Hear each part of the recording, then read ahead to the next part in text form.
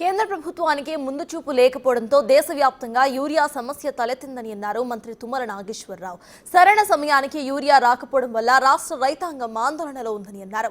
తెలంగాణలో పంటలకు ఎరువులు చాలా అవసరమని అన్నారు. వరదల వల్ల సంభవించిన పంట నష్టాన్ని కూడా కేంద్ర ప్రభుత్వానికి తెలుపుతామని అన్నారు. ఆయన రామగుండంలో 4 నెలలుగా ఉత్పత్తి లేని అసంతృప్తి వ్యక్తం చేశారు.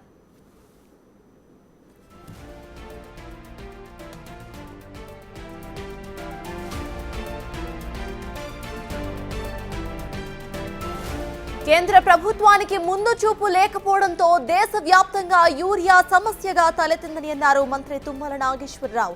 సరైన సమయానికి యూరియా రాకపోవడం వల్ల రాష్ట్ర రైతాంగం ఆందోళనలో ఉందని అన్నారు. తెలంగాణలో పంటలకు ఎరువులు చాలా అవసరమని అన్నారు.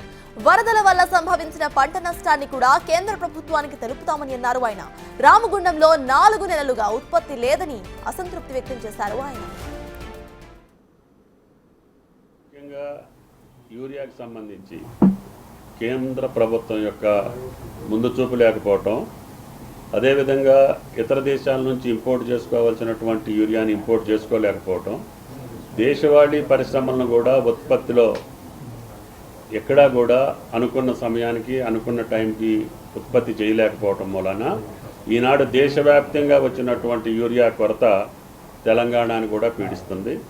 మాకు చెప్పినటువంటి 9,80,000 టన్నుల్లో ఇప్పటికీ 5,30,000 మాత్రమే కేంద్ర ప్రభుత్వం సప్లై చేయగలిగింది. అది అరాకొర ప్రతి నెలలో కూడా డిఫిసిట్ పెట్టారు. ఇప్పటికి 2,30,000 డిఫిసిట్ ఉంది. అదేవిధంగా సెప్టెంబర్లో రావాల్సిన 1,60,000 కూడా ఇంతవరకు మాకు సప్లై చేయలేకపోయారు.